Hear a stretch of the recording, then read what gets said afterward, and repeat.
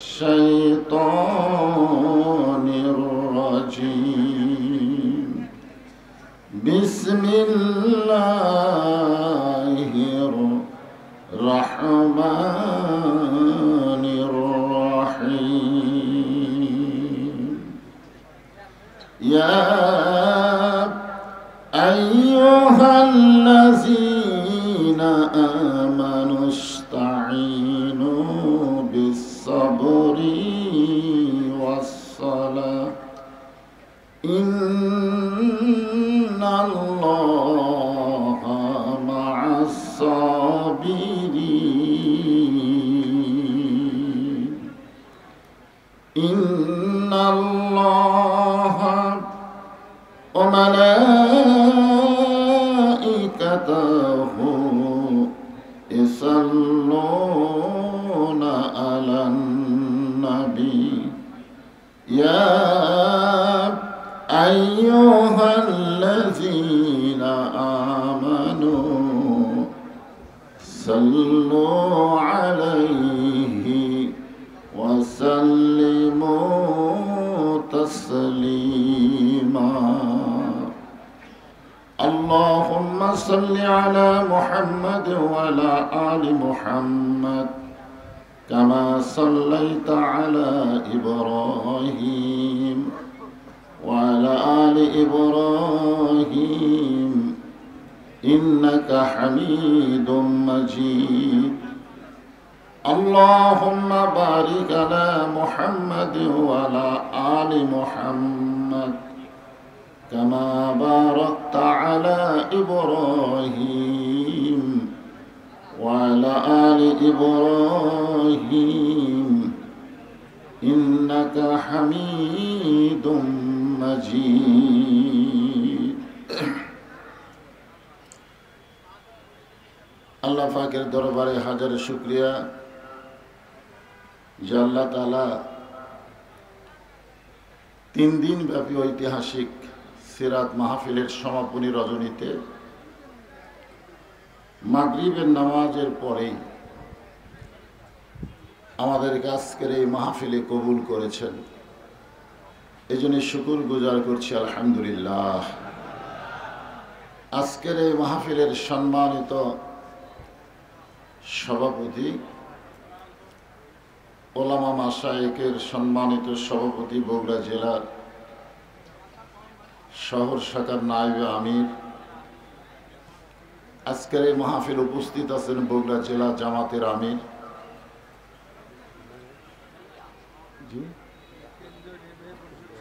কেন্দ্রীয় নির্বাহী সদস্য, আগে ছিলেন এখন নাই, সাবেক জেলা, বগুড়া জেলার শহর শাখার আমির আমার শ্রদ্ধেয় বন্ধুবর আবিদুর রহমান সোহেল সহ গণ্যমান্য ব্যক্তিবর্গ যারাই মঞ্চে উপস্থিত আছেন, সম্মানিত ওলামায়ে কেরাম আপনাদের মাঝে মাঝে বসে আছেন, মঞ্চে আছেন, সকলকেই অন্তরের অন্তঃস্থল থেকে আমি শুভেচ্ছা জ্ঞাপন করছি। আজকের এই মাহফিলে আমার সামনে যারা বসে আছেন, যিনাদেরকে আল্লাহ তাআলা কবুল করেছেন, নিচে ভিজা মাটি, নামাজ পড়ার সময় দেখলাম হাঁটু ভিজে যায়, এই ভিজা মাটিতে বসে আল্লাহ রাসূল সম্পর্কে জানার নিয়ত এসেছেন। আমি আমার অন্তরের অন্তঃস্থল থেকে আপনাদের সবাইকে শুভেচ্ছা জ্ঞাপন করছি। সম্মানিত মা বোনেরা, পর্দার অন্তরালে বসে বসে যিনারা আলোচনা শুনতেছেন তাদেরকেও শ্রদ্ধা জ্ঞাপন করে বর্তমান প্রেক্ষাপটে এই মুহূর্তে আপনারা সকলে কেমন আছেন? জি আলহামদুলিল্লাহ রব্বিল আলামিন। যে আল্লাহ শারীরিক সুস্থতা দান করে মানসিক প্রশান্তি লাভের জন্য আজকের এই সিরাত মাহফিলে কবুল করলেন, আমরা সে আল্লাহর উপরে খুশি না বেজার? তাহলে জবান খুলে সমস্যারে সকলে বলবো রব্বানা লাকাল হামদ, হামদান কাসীরান তাইয়িবান মুবারাকান ফিহি। আমরা প্রশংসা করলাম কার? কেন করলাম? কি পাওয়ার আশায়? লাইন শাকারতুম লাযীদান্নাকুম। যে আল্লাহর যত বেশি প্রশংসা করবে আল্লাহ তার নিয়ামত তত বাড়ায় দিবে। এখানে নিয়ামত শব্দের অর্থ হচ্ছে আল্লাহর সন্তুষ্টি। আমরা আল্লাহর প্রশংসা করলে আল্লাহ আমাদের উপর সন্তুষ্ট হবে। আসমান এবং জমিনের ফাঁকা জায়গাটা আল্লাহ নেকি দিয়ে পরিপূর্ণ করে দিবে। আর এই সুবহানাল্লাহ বলার কারণে বসে আছেন সেন্ট্রাল হাই স্কুল ময়দানে, আর আপনাদের নামে আল্লাহ জান্নাতের বাগানে একটা গাছ লাগাই দিছে। কবে জান্নাতে যাব তার কোনো গ্যারান্টি নাই, কিন্তু এখনই আমাদের নামে আল্লাহ একটা গাছ লাগাই দিছে। খুশি না বেজার? আমার পূর্বে আমার ছোট ভাই ওমা আরসালনাকা ইল্লা রাহমাতাল লিল আলামিনের উপরে অত্যন্ত গুরুত্বপূর্ণ আলোচনা করেছেন। আল্লাহ রাসূল গোটা বিশ্ব জগতের জন্য রহমত। আল্লাহ হচ্ছে রব্বিল আলামিন, আলহামদুলিল্লাহি রব্বিল আলামিন, আর নবী হচ্ছে রাহমাতুল লিল আলামিন।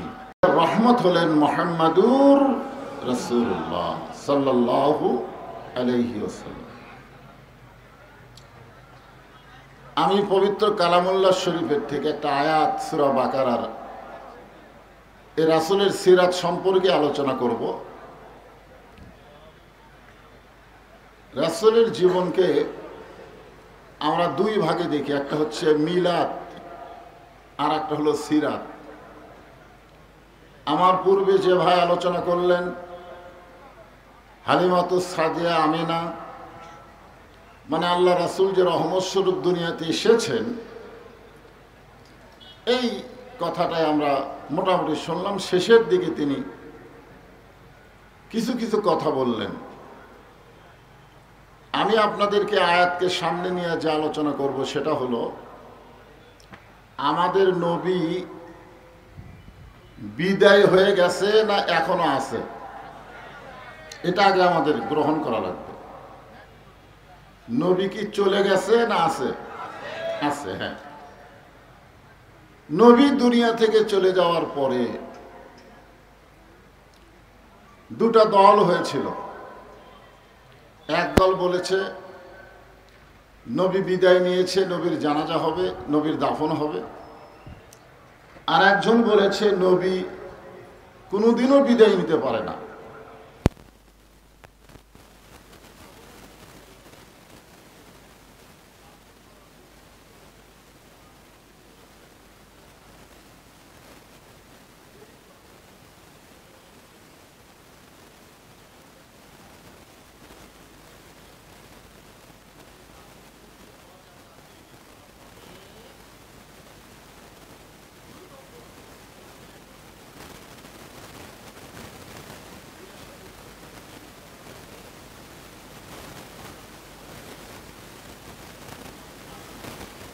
বয়স আছে যে মেয়েদের 18, ছেলেদের 22। আপনারা বলেন তো, একটা হলো সরকারি আর একটা হলো দরকারি, জোরে কোন ঠিক কিনা? তো কোনটা দরকার? 22ই দরকার। তো যাই হোক, ছেলে মেয়েরা যদি বয়স হয়ে যায় তাদের বিবাহের ব্যাপারে দেরি করলে সমস্যা আছে, আছে না নাই? আর 3 নম্বর হলো কেউ যদি ঋণগ্রস্ত হয়, হাতে টাকা পয়সা আসলেই ঋণ পরিশোধ করতে কোনো দেরি করা যাবে? তাহলে কয় কাজে দেরি করা যাবে না? 3 কাজে। এখন আপনারা বলেন, আল্লাহ রাসূল দুনিয়া থেকে বিদায় নেওয়ার সাথে সাথেই কি রাসূলকে দাফন করা হয়েছে? এটা কিন্তু আমাদের জানা দরকার। রাসূল দুনিয়া থেকে বিদায় নেওয়ার সাথে সাথেই রাসূলকে দাফন করা হয় নাই। তাকে দুনিয়াতে 3 দিন, জোরে বলেন কয় দিন? তাহলে রাসূল বললেন দুনিয়া থেকে বিদায় নেওয়ার সাথে সাথে দাফন করা লাগবে, অথচ রাসূল বিদায় নেওয়ার পরে 3 দিন তাকে দুনিয়াতে কেন রাখলেন? নবীর উম্মত হিসাবে এটা আমাদের জানার দরকার আছে না নাই? দরকার আছে না নাই? হ্যাঁ, এটা জানতে হবে তো। কারণ আল্লাহ রাসূলকে না জানলে রাসূলকে তো মানা যাবে না। মাইকেল হার্ট একজন খ্রিস্টান হয়ে আমাদের নবীকে 1 নম্বরে বলেছে বলে আমরা খুশি, কিন্তু আল্লাহ কোরআনে বলেছে ইন্নাকা লাআলা খুলুকিন আযীম। কোন মাইকেল হার্টের দরকার নাই, স্বয়ং আল্লাহই বলেছেন নবীর চরিত্র হলো সবচাইতে উত্তম চরিত্র। জোরে কোন কথা ঠিক কিনা? ওলা খ্রিস্টানের কথা আমাদের জানার টাইম আছে? স্বয়ং আল্লাহ কোরআনই বলে দিয়েছেন লাকাদ কানা লাকুম ফি রাসূলিল্লাহি উসওয়াতুন হাসানা। যত নেতা নেত্রী তোমরা দুনিয়াতে দেখো, একটাও নেতা নেত্রী তোমাদের যোগ্য নয়। একমাত্র নেতা হলেন মুহাম্মাদুর, যার আদর্শ হলো উত্তম আদর্শ। সেই নবী দুনিয়া থেকে বিদায় নেওয়া 3 দিন পরে তাকে দাফন করা হলো। কারণ আছে, নবীর উম্মত হিসাবে কারণটা আমরা একটু শুনলেই বুঝবো যে আমাদেরকে কোন দল করা লাগবে। আমরা কোন দল করব? নবীর উম্মতের দাবি করব আর বাতিল দলের পিছনে চামচা হব? এইটা কখনো নবীর উম্মত হওয়ার লক্ষণ নয়। ওমর ফারুক বললেন, কেউ যদি বলে নবী বিদায় নিয়েছে, তার দেহ থাকবে কিন্তু মাথা থাকবে না। তার কি থাকবে? দেহ থাকবে কিন্তু মাথা থাকবে না। আর আবু বকর রাদিয়াল্লাহু বললেন নবী বিদায় নিয়েছে, নবীকে দাফন করা লাগবে। আপনারা বলেন তো, যিনি নবীকে দাফন করতে চাচ্ছেন তিনি 1 নম্বর, কয় নম্বর? আর যিনি বলতেছেন নবী বিদায় নেয়নি, মরে নাই, তিনি কয় নম্বর? হ্যাঁ, না, তিনিও 1 নম্বর। আল্লাহ রাসূল বলেছেন আমার 4 জন সাহাবী 1 নম্বর। কয়জন? নরমে 1 নম্বর হলো আবু বকর, গরমে 1 নম্বর ওমর, সম্পদে 1 নম্বর ওসমান, আর জ্ঞানে 1 নম্বর আলী। তাহলে 4 জন কয় নম্বর? এ ভাই, মাইকের সাউন্ড এরকম করে দাও, কেন ভম ভম করে না, আসতে দাও। তাহলে সবচাইতে নরম মানুষটা নবীকে দাফন করবেন, আর সবচাইতে গরম মানুষটা বলতেছে নবী মরি নাই। কিছু কিছু সাহাবী আবু বকর রাদিয়াল্লাহর কাছে গেলেন,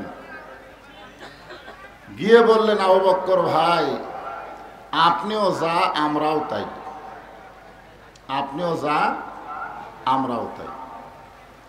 কারণ আল্লাহ রাসূল বলেছেন আমার পরে এই দুনিয়াতে কেউ যদি যোগ্যতম মানুষ থাকে, সে মানুষটির নাম হলো আবু বকর। আল্লাহ রাসূল বলেছেন আল্লাহর পরে আমি যদি কাউকে দোস্ত হিসাবে গ্রহণ করি, তার নাম হচ্ছে আবু বকর। বৃষ্টি আসলে আপনারা ওই বৃষ্টির দিকে তাকাবেন না, আপনারা তাকায় থাকবেন আল্লাহর দিকে। জোরে বলেন, কার দিকে? বৃষ্টি পড়লে কি হবে? আপনার দেহে যদি বৃষ্টি পড়ে, আপনি কি মরে যাবেন? হয়তো হতে পারে যেই দেহে বৃষ্টি পড়বে ওই দেহের জন্য আল্লাহ জাহান্নামের আগুনকে হারাম করে দিবে। জোরে কোন আল্লাহ পারে কি পারে না? হ্যাঁ, দুনিয়ার কাজ কাম করতে গিয়ে কত ভিজেছেন, আর আজকে কোরআনের আলোচনা সিরাতে রাসূল শুনতে গিয়া একটু না হয় রহমতের বৃষ্টিতে ভিজলেন। আল্লাহ যদি বলে আজকে যারা বৃষ্টিতে ভিজলো 1 বছর তাদেরকে ডাক্তারের কাছে যাওয়া লাগবে না। আজকের বৃষ্টি হচ্ছে সালসা। জোরে বলেন কি? কারণ এই কোরআনের মাহফিলে আপনারা এসেছেন, এই কোরআনকে আল্লাহ মুমিনদের ঔষধ হিসাবে ঘোষণা করছে, আছে না নাই? অনুনাজ্জিলু মিনাল কুরআনি মা হুয়া শিফাউ ওয়া রাহমাতুল লিল মুমিনিন। মুমিনদের যাবত রোগের ঔষধ হিসাবে আল্লাহ তাআলা এই কোরআনকে নাজিল করেছে। আমরা সেই নবী মানি তো কোরআন। নবী মানে কি? আমরা কোরআন পাইছি কার কাছ থেকে? আপনারা সাহেবেরা জিজ্ঞাসা করলেন, মা নবী সম্পর্কে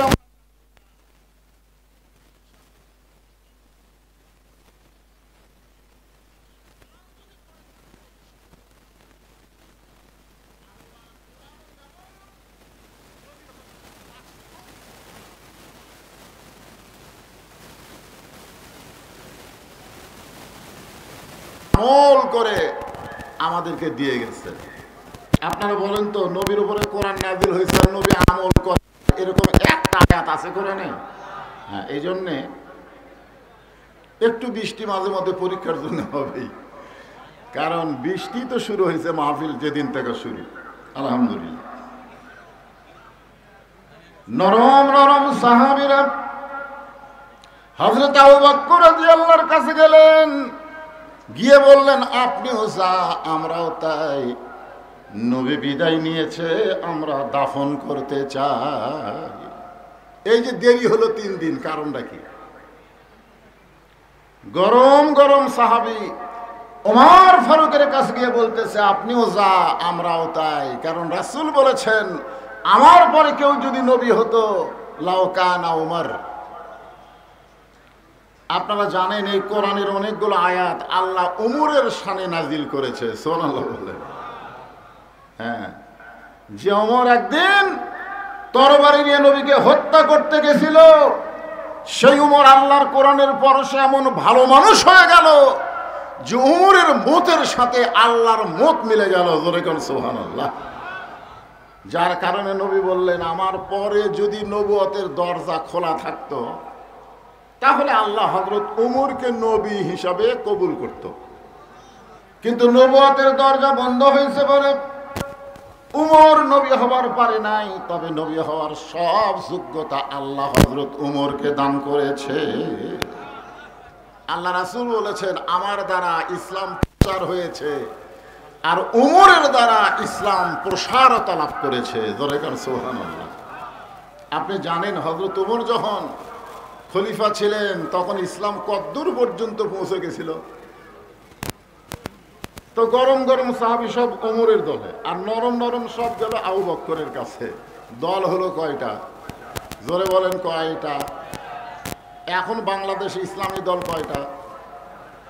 আমাকে বলে, হুজুর এতগুলো ইসলামী দল যদি একত্র হয় তাহলে আগামী নির্বাচনে কোরআনের বিজয়।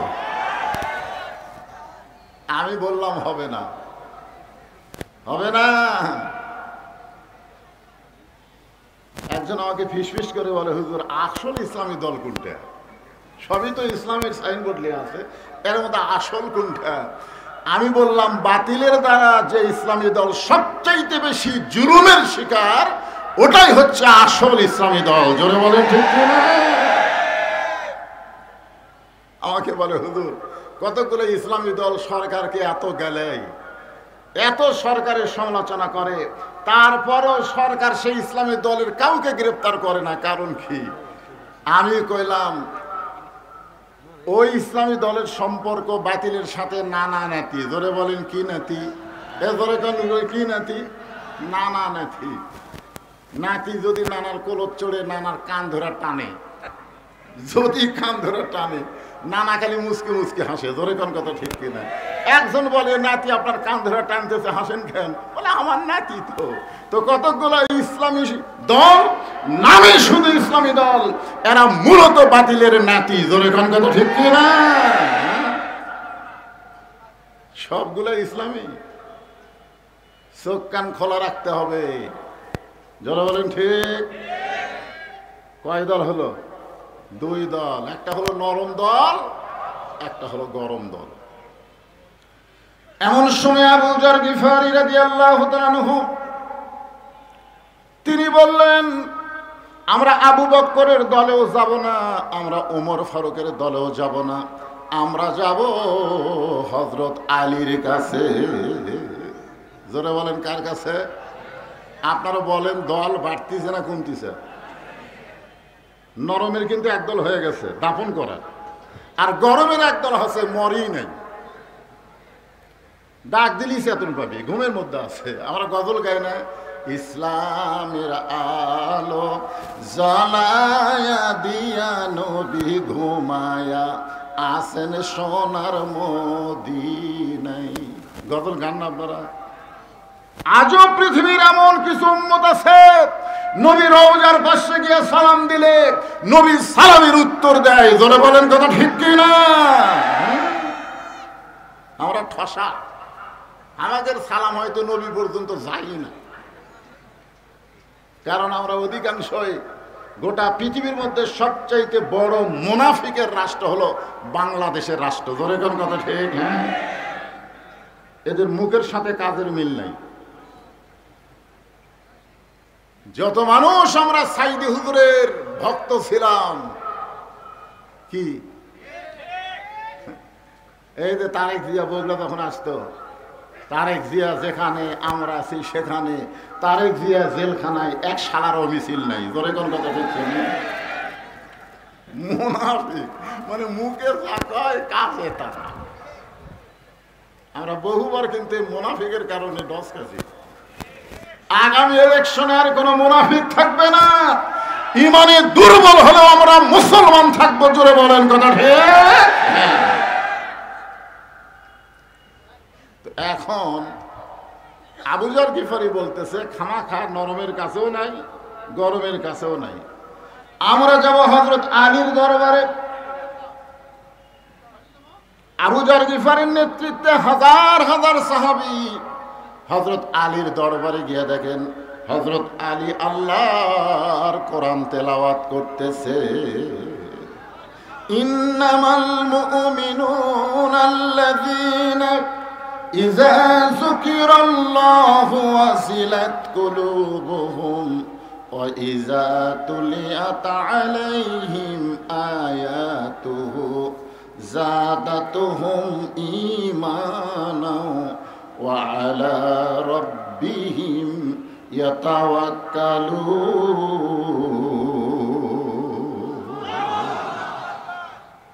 আবু যর গিফারির নেতৃত্বে হাজার হাজার সাহাবী গেছে কোথায়? হযরত আলীর দরবারে। গিয়ে দেখে হযরত আলী কি তেলাওয়াত করে? কোরআন পড়ে না, তেলাওয়াত করে। কোরআন পড়া আর কোরআন তেলাওয়াত এক নয়। বাংলাদেশের মুসলমান কোরআন পড়ে কিন্তু কোরআন তেলাওয়াত করে না। এখন যদি আপনাদের বলি, আপনারা বলবেন হুজুর পড়া আর তেলাওয়াত তো একই। গিরিশচন্দ্র সেন কোরআন পড়েছে কিন্তু তেলাওয়াত করে নাই। গিরিশচন্দ্র সেন কোরআন পড়িছে, কোরআনের কিছুটা বাংলা অনুবাদও করছে, কিন্তু রাম রাম করে মরে গেছে। জোরে কোন কথা ঠিক কি না? যারা বাংলাদেশে কোরআন পড়বে, কোরআন তেলাওয়াত করবে না, এদের মৃত্যু মুসলমান হয়ে নাও হতে পারে। কারণ কোরআন পড়ার জন্য শুধু আল্লাহ কোরআন দেয় নাই। কোরআন তেলাওয়াত মানে কোরআন পড়তে হবে, কোরআন বুঝতে হবে, কোরআন অনুযায়ী নিজের জীবনকে সাজাতে হবে। জোরে কোন কথা ঠিক? যেরকম ঈমান সম্পর্কে সাহাবীরা বললেন, ইয়া রাসূলুল্লাহ ঈমান কি? রাসূল বললেন ইকরার বিল লিসান, তাসদীক বিল জানান, আমল বিল আরকান। এরই নাম হলো ঈমান। খালি লা ইলাহা ইল্লাল্লাহ মুহাম্মদ রাসূলুল্লাহ পড়লি ঈমান?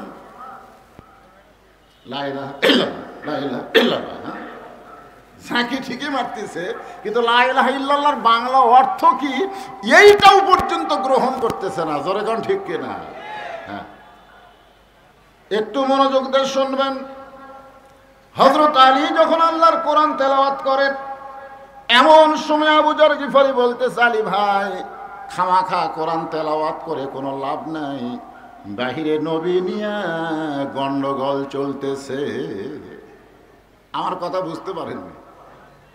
আবু যর গিফারি বলতেছে, আলী ভাই খামাখা কোরআন তেলাওয়াত করে কোনো লাভ?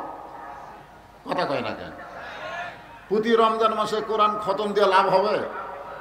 জোরে কোন কোরআন খতম দিয়ে লাভ হবে?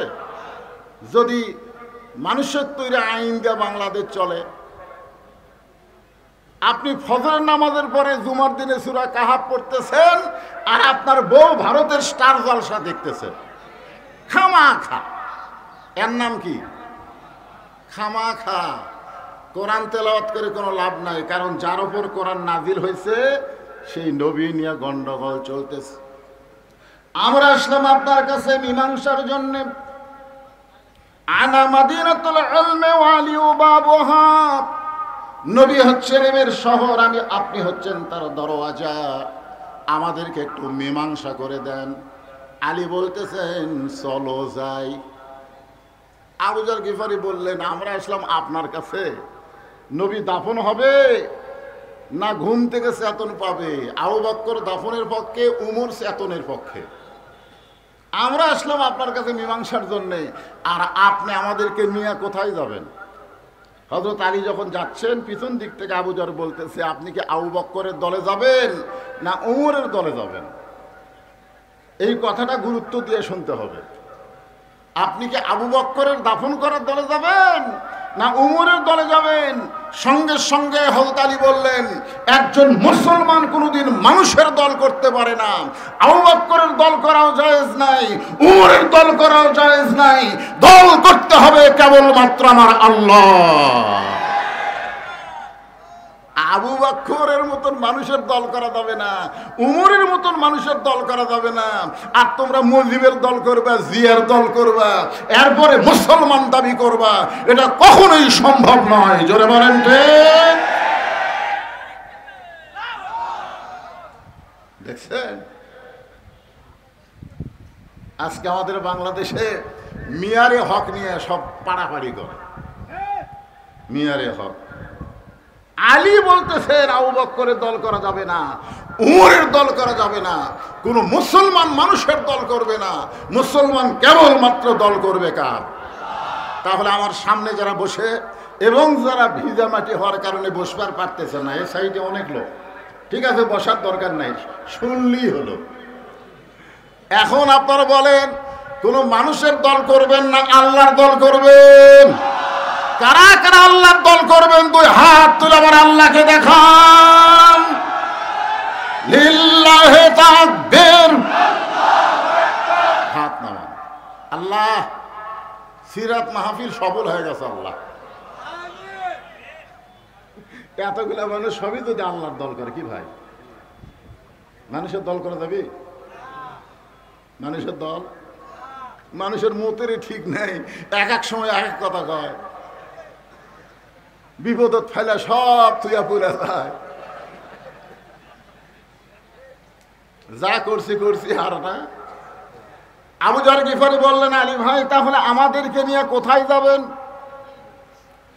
হযরত আলী বলতেছেন তোমাদেরকে নিয়ে এমন একটা জায়গায় যাব যে জায়গায় গেলে মীমাংসা হবে। আপনারা বলেন তো মীমাংসার জায়গার দরকার আছে না নাই? আপনাদের এলাকায় মীমাংসার জায়গা কোনটা? আদালত। আমি নিজের চোখে দেখছি আমার এলাকায়, আমি মসজিদের মধ্যে আসরের নামাজ পড়তে ঢুকবো, নামাজেরও সময় হয়ে গেছে, এমন সময় দেখি তিনজন মুসল্লি খালি ঘড়ি দেখতেছে, হুজুর নাই। জোরে কোন কি নাই? হুজুর নেই। ওরা খালি দরজার দিকে তাকায় আছে, একটা হুজুর আসলেই সামনে দিবি, কিন্তু না, আমি ফাঁক দেখে আমি মনে করলাম আমি ঢুকলে তো আমাকে দিবি, দরকার নাই, আমি একটু ফাঁক থেকে সরে এসে দেখি তো ওরা করে কি। তা আমার এলাকা তো আমি দেখলাম খেয়াল করে একজন জামাত ইসলাম করে, এই তিনজনের একজন কি করে? জামাত ইসলাম করে, একজন আওয়ামী লীগ করে, একজন বিএনপি করে। তো এখন নামাজের একটু সময় হয়ে গেছে, তখন আওয়ামী লীগ বলতেছে জামাত ইসলামকে যা সামনে যা। তো জামাত ইসলাম বলতেছে ভাই তোর দল ক্ষমতা আছে, তুই সামনে যা। আওয়ামী লীগ বলতেছে পাগলা আমি মাঝে মধ্যে নামাজ পড়ি কিন্তু পড়াবার পারি না। তখন বিএনপি বলতেছে ভাই তোর দল হলো স্বাধীনতার ঘোষক, আমি তো রাজাকার, তুই সামনে যা। আমি বেশি পারলে আকামত পারি ভাই, সামনে পারি না। তখন মীমাংসা কি হবে?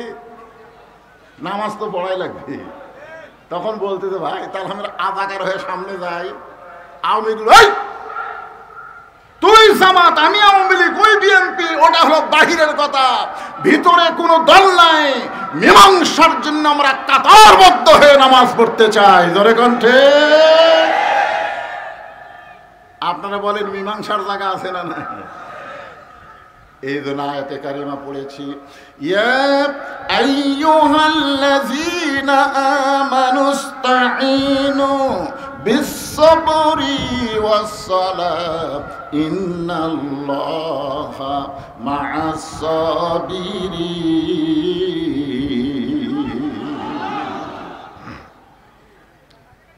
ইন্নাস সালাতা তানহা আনিল ফাহশাই ওয়াল মুনকার। একমাত্র নামাজে পারে মানুষকে যাবতীয় খারাপি থেকে বাঁচায় দিতে। আজকে যদি আল্লাহর দল, কোরআনের দল ক্ষমতায় যায়, ক্ষমতায় যাওয়ার পরে পদ্মা সেতু নির্মাণ করা, উমুক ট্যানেল নির্মাণ করা, ফ্লাইওভার নির্মাণ করা, সব কাজই করবে, কিন্তু সর্বপ্রথম যে কাজটা হলো নামাজকে কায়েমের বিল পাস করবে। জোরে বলেন কথা ঠিক? নামাজ নাই, কিচ্ছু নাই। আল্লাহ রাসূল জীবনের শেষ প্রান্তে সে মা আয়েশার কোলে মাথা রেখে নামাজের জামাত দেখেছে। নবীর চোখ দিয়ে দর দর করে পানি পড়তেছে। মা আয়েশা বলে, ইয়া রাসূলুল্লাহ, আপনি কাঁদতেছেন, আপনার জায়গায় আমার বাবা ইমামতি করতেছে। রাসূল বলে, আয়েশা, এই নামাজের জন্য সারা জীবন আমি এত নির্যাতন ভোগ করেছি, আজকের এই কান্না আমার দুঃখের কান্না না, এই কান্না হলো আমার আনন্দের কান্না। মুসলমান জামাতে দাঁড়িয়ে গেছে, জামাতে দাঁড়িয়ে গেছে। আজকে কলেমার জামাত করলে কোনো সমস্যা নাই, তাবলীগের জামাত করলে কোনো সমস্যা নাই, খালি ইসলামের জামাত করলে সমস্যা। জোরে বলেন কথা ঠিক কিনা? লোকটা নামাজের জামাত করে ভালো লোক বারে, লোকটা কলেমার জামাত করে ভালো, লোকটা তাবলীগ জামাত করে ভালো, লোকটা জামাত ইসলাম করে আর কথা কয় না। সব জামাত তোমাদের পছন্দ, জামাত ইসলাম কোন জায়গায় তাকিরা মারছে?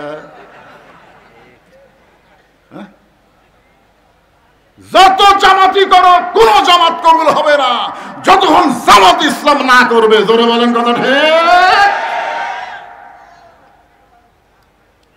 হযরত আলী বললেন, এমন একটা জায়গায় তোমাদেরকে নিয়ে যাব যে জায়গায় গেলে তোমরা মীমাংসা পাবে। হযরত আলী সামনে সামনে আর হাজার হাজার সাহাবী পিছনে পিছনে। যেই ঘরে আল্লাহর নবী ঘুমায় আছে, শুয়ে আছে, কিংবা বিদায় নিয়েছে, এই ঘরটা হলো মা আয়েশার ঘর। জোরে বলেন কার ঘর? ওই ঘরের দরজা গিয়ে হযরত আলী দাঁড়ালেন। হযরত আলী দাঁড়ালেন মা আয়েশার ঘরের দরজায়। আবু বকর রাদিয়াল্লাহু দৌড়ে এসে বলতেছে, আলী, রাসূল সুবহে সাদিকে দুনিয়া থেকে বিদায় নিছে, আমি তাকে দাফন করতে চাই, কিন্তু উমর যে খেপা খেপছে, তুমি যদি একটু আগে আসতে উমরের ক্ষমতা হতো না যে বাধা দিত। আপনারা বলেন তো, হযরত আলী যার পক্ষে যাবে তার বিপক্ষে কোনো লোক থাকবে? জ্ঞানের দিক দিয়ে, শক্তির দিক দিয়ে, কথা কন না কেন? জ্ঞানের দিক দিয়ে হযরত আলীর চাইতে বড় জ্ঞানী আছে? শক্তির দিক দিয়ে আসাদুল্লাহিল গালিব, এটা কাউয়া কাদের না, মাজা ভাঙ্গা তাও ডাকে, খেলা হবি খেলা হবি, এটা কাউয়া কাদের।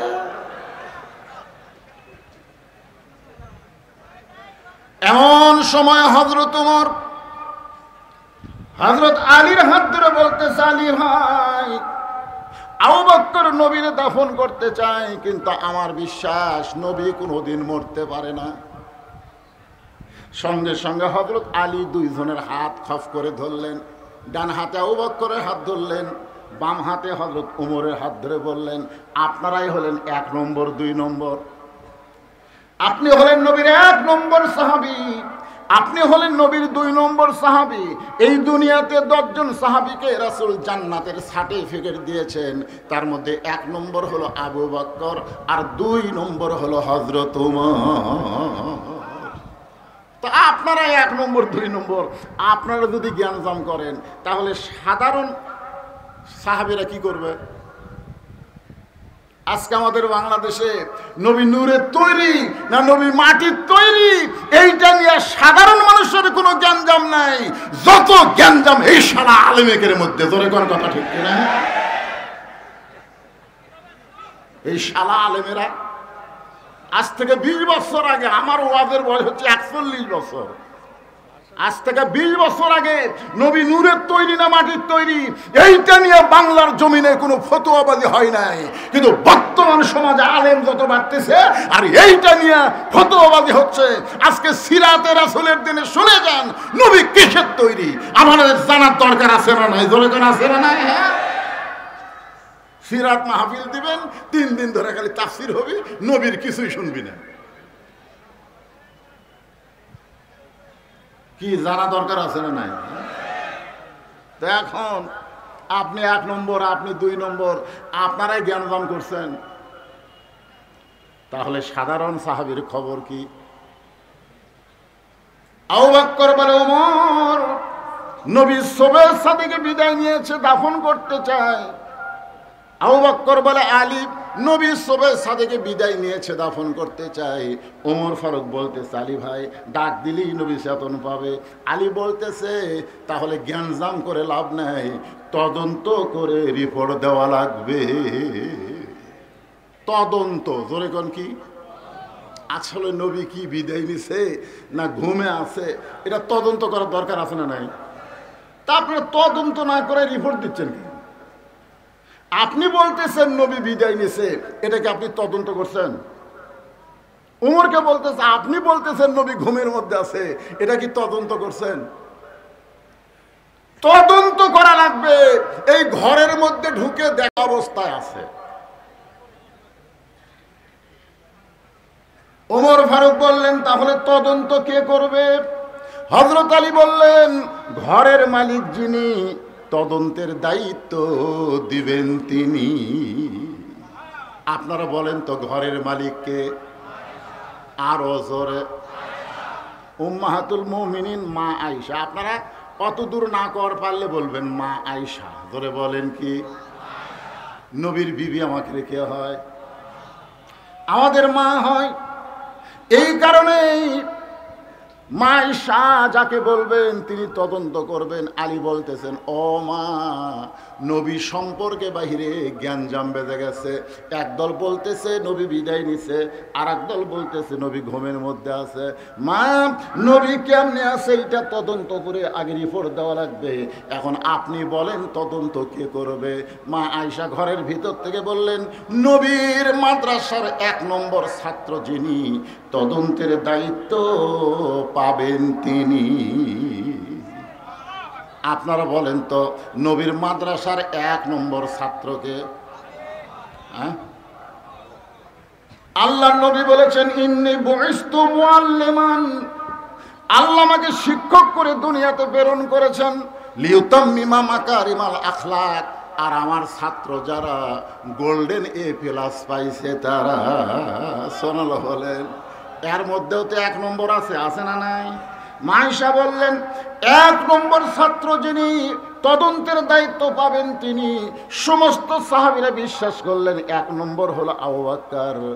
আবু বকর এখন মা আয়েশার ঘরের দরজায় সালাম দিচ্ছেন, আসসালামু আলাইকা ইয়া রাসূলুল্লাহ। সুবহানাল্লাহ বলেন। সালাম দেওয়ার সাইজ আছে না নাই? এজোর এখন আছে না নাই? আল্লাহ রাসূল বলেছেন, আসসালামু ক্বাবলাল কালাম, কোনো কথাবার্তা বলার আগেই দেওয়া লাগবে সালাম। আমি যদি বলি শাহাবুদ্দিন ভাই আসসালামু আলাইকুম, সালাম হবে? আমি যদি বলি আলমগীর ভাই আসসালামু আলাইকুম, সালাম হবে? আমি যদি বলি চেয়ারম্যান সাহেব আসসালামু আলাইকুম, সালাম হবে? কেন হবে না? কারণ আগে আমি আলমগীর ভাই, শাহাবুদ্দিন ভাই, চেয়ারম্যান সাহেব বলেছি, এগুলা বাদ দিয়ে আগে সালাম দিয়ে বলতে হবে, আসসালামু আলাইকুম শাহাবুদ্দিন ভাই, আসসালামু আলাইকুম আলমগীর ভাই। আগে সালাম, তারপরে কালাম। তাহলে যারা বলে ইয়া নবী সালাম আলাইকা, আপনারা বলেন তো এরা সালামের আদব আদায় করলো? আগে ইয়া নবী কইয়া তারপরে সালাম দিল। আমি যতবার হজ করতে গেছি ইয়া নবী সালাম আলাইকা দেওয়া কাকু দেখিনি। সবাই বলেছে আসসালামু আলাইকা ইয়া রাসূলুল্লাহ, আসসালামু আলাইকা ইয়া হাবিবুল্লাহ। আগে সালাম তারপর ইয়া রাসূল, আগে সালাম তারপর ইয়া নবী। জোরে বলেন কথা ঠিক না? আগে ইয়া নবী কে? ইয়া নবীর দল আছে নাকি? কথা কয় না কেন? আচ্ছা, বাজান কোনো ফেতনা বাজানোর জন্য না, নবীর হাদিস এটাকে আপনারা মানেন। আসসালামু ক্বাবলাল কালাম, এটাকে আপনারা মানেন? অনেক বক্তারা ভুল করে। আজকের মাহফিলের সম্মানিত সভাপতি, আজকের মাহফিলের সম্মানিত প্রধান অতিথি, আজকের মাহফিলের সমস্ত শ্রোতা মণ্ডলী, সবাইকে লক্ষ্য করে আমার সালাম, আসসালামু আলাইকুম। কিন্তু আগে এত কথা কইয়া তারপরে সালাম দিলি করে। সালাম দেওয়ার পর আপনি সভাপতি গণ, প্রধান অতিথি গণ, যা ইচ্ছা তাই গণ, আগে সালাম দেওয়া লাগবে। নবীর এই হাদিস অনুযায়ী আগে কি? সবাই বলেন আগে কি? আরো জোরে।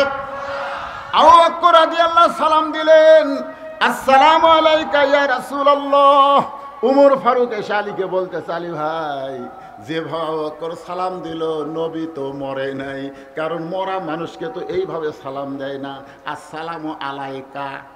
খুব খেয়াল করবেন, আমার ব্যাপারে কুম হবে কিন্তু নবীর ব্যাপারে কুম হবে না। নবীর ব্যাপারে কা শব্দ উল্লেখ করা লাগবে।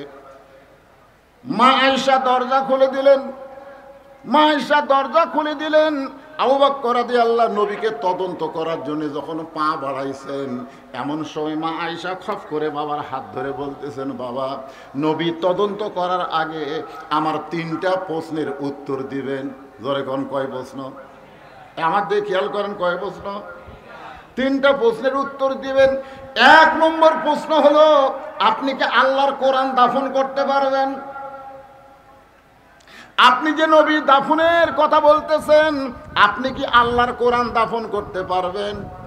2 নম্বর প্রশ্ন হলো, বাবা, 6 বছর বয়সে আমাকে কার সঙ্গে বিয়ে দিছেন?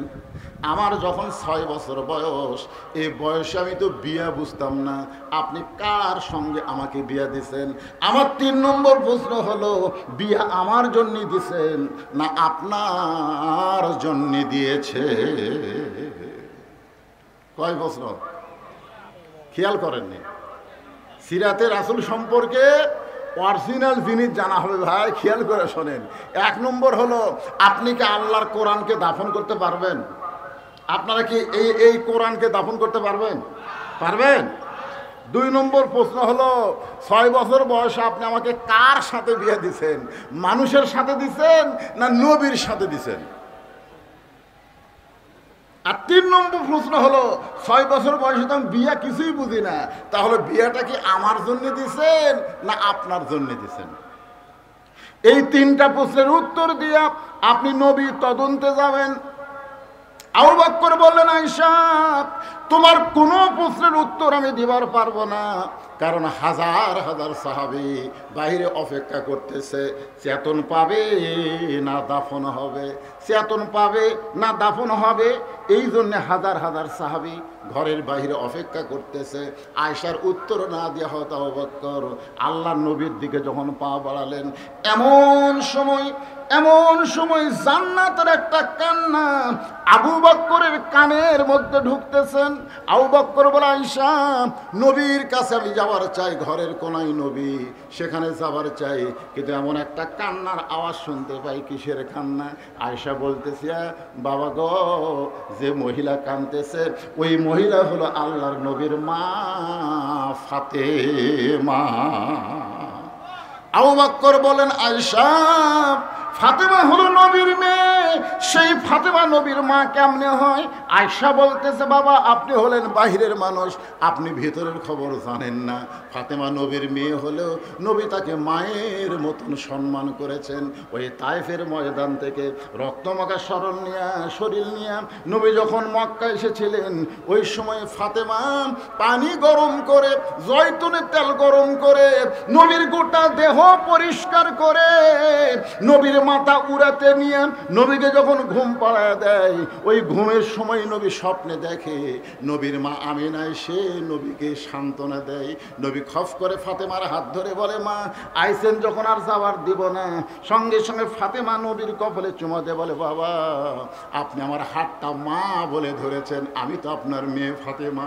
রাসূল বলে, ফাতেমা, তুই আমার মেয়ে ঠিক আছে, কিন্তু স্বপ্নের ভিতরে তোকে আমি আমিনার চেহারায় দেখেছি। আবু বকর বললেন, আয়েশা, আমি একটু নবী তদন্ত করতে চাই। তুমি একটু বলো ফাতেমা যেন অন্দরমহলে যায়। মা আয়েশা বললেন, ফাতেমা অন্দরমহলে যাও। আয়েশার বাবা হচ্ছে ফাতেমার কে? এখন আয়েশার বাবা ফাতেমার কে হয়?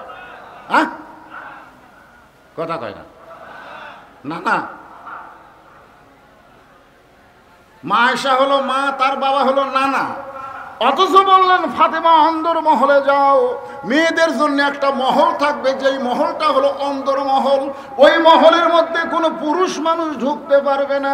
ইমাম গাজ্জালি বলেন অন্দরমহল মানে হলো একটা মহিলা মারা গেলে ওই মহিলার লাশ যারা কবরের মধ্যে নামাতে পারবে কেবলমাত্র তারাই অন্দরমহলে ঢুকতে পারবে।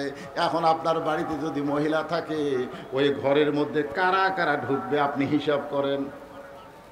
আপনার বউ যদি মারা যায়, আপনি বলেন তো কারা কারা লাশ ধরে কবরের মধ্যে নামাবার পারবে? আপনি হিসাব জানেন? দুলা ভাই পারবে? দুলা ভাই শালি মারা গেছে, দুলা ভাই বলতেছে আমার আদরি শালি মারা গেছে, আমি একটু কবরত নামাবো। আপনারা কি বলবেন? হারাম। দুলা ভাই শালির লাশ ধরা হারাম। দুলা ভাই সাইডে যায় মুচকে মুচকে হাসি আর কয়, এই শালি কতদিন আমার হুন্ডার পাশে চললো, হাইড্রোলিক ব্রেক ধরলাম, শালি আমাকে চাপে ধরলো। একজন হারাম কয় না রে, আর মরার পরেই হারাম। যে কয়জন পুরুষ মানুষ একটা মহিলাকে কবরের মধ্যে নামাতে পারবে, মহিলার খাটনি কান্দে নিবার পারবে, ওই সকল পুরুষ ছাড়া অন্দরমহলে কোনো পুরুষ ঢুকতে পারবে। যেদিন কোরআন দিয়ে বাংলাদেশ চলবে সেই দিনে আইন চালু হবে, অকরনা ফি বুয়ুতিকুন্না ওয়ালা তাবাররুজনা তাবাররুজাল জাহিলিয়াতিল উলা। আবু বকর রাদিয়াল্লাহু আল্লাহর নবীকে তদন্ত করতে গেছে। তদন্ত করতে গিয়ে দেখে নবীর মাথার কাছে একজন খাড়া হয়ে আছে, তার নাম হলো হাসান। জোরে গান, তার নাম কি? নবীর পায়ের কাছে একজন দাঁড়ায় আছে, তার নাম হলো হোসাইন। যেই মাত্র আবু বকর গেছে নবীর কাছে, সঙ্গে সঙ্গে দুই ভাই দৌড়ে এসে আবু বকরের দুইটা হাত ধরে বলতেছে, ওগো মুরব্বি, সকাল থেকে নানা নানা বলে ডাকতেছি, এখন পর্যন্ত নানা কোনো কথা কয় না। আমরা নানা ছাড়া বাঁচব না, আপনি নানাকে ডাক দেন, কারণ নানার মুখে গল্প শুনেছি আপনার মতন ভালো মানুষ দুনিয়াতে কেউ নাই। আবু বকর চমকে গিয়ে বলতেছে, তোমার নানা আমার কি গল্প করেছে? হাসান হোসেন খুব দুষ্ট ছিল, দুষ্টামি যখন করতো আল্লাহ নবী বলতেন, ও হাসান হোসেন আয় ভাই, তোদেরকে একজন মহামানবের গল্প শোনাই। হাসান হোসেন তখন নবীর কাছে বসে বলে, না না, তাহলে একজন মহামানবের গল্প শোনান। এবার আল্লাহ নবী বলে, তাহলে শোন, একদিন বলেছিলাম গভীর রাত্রে মক্কা থেকে মদিনায় হিজরত করব।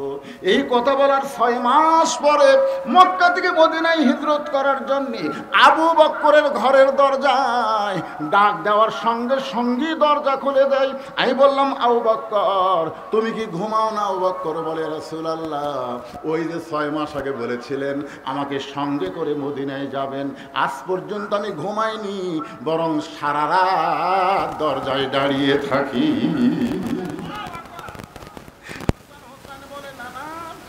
মহামানব সম্পর্কে কি আর কোনো গল্প নাই? রাসূল বলে, হাসান রে, হুসাইন রে, শোন, ওই গাড়ে সুরের মধ্যে আমি দুর্বল হয়ে যখন ঘুমায় যাই, আবু বকর তখন ছিদ্রের মুখে পা লাগায়, বিষাক্ত সাপ পায়ে কামড় দেয়, কিন্তু আবু বকর আমাকে ঘুম থেকে ডাক দেয় না। একসঙ্গে আবু বকরের চোখের পানিতে আমার ঘুম ভাঙ্গে যায়। আমি বললাম, আবু বকর কি জন্য কাঁদতেছ? বাড়ির কথা মনে করে কান্দো, বিবির কথা মনে করে কান্দো। আবু বকর বলে, রাসূলুল্লাহ আপনি যখন ঘুমায় গেছেন আমি ছিদ্রের মুখে পা দিয়েছি, কি জানো বারবার আমারে কামড় দেয়। রাসূল বলে, আবু বকর তোমার সাপে কামড় দেয়, তুমি আমারে কেন যত্ন করো না? আবু বকর বলে, হুজুর আমার জীবনের চাইতে আপনার ঘুমের দাম অনেক বেশি, আমি আমার জীবনের চাইতেও আপনার ঘুমকে বেশি ভালোবাসি। আর কতগুলো শালারা কয়, ওয়াইস করুনি সব দাঁত ভাঙ্গিছে। শালারা আপনারা বলেন, ইচ্ছা করে কেউ যদি দাঁত ভাঙ্গে এটা কবিরা গুনাহ, তোর এখন কথা ঠিক কিনা? নবী কি ইচ্ছা করে দাঁত ভাঙ্গিছে না উহুদের ময়দানে দাঁত ভাঙ্গিছে? আর গাঁজা খুলিরা কয় 32 দাঁত ভাঙিছে।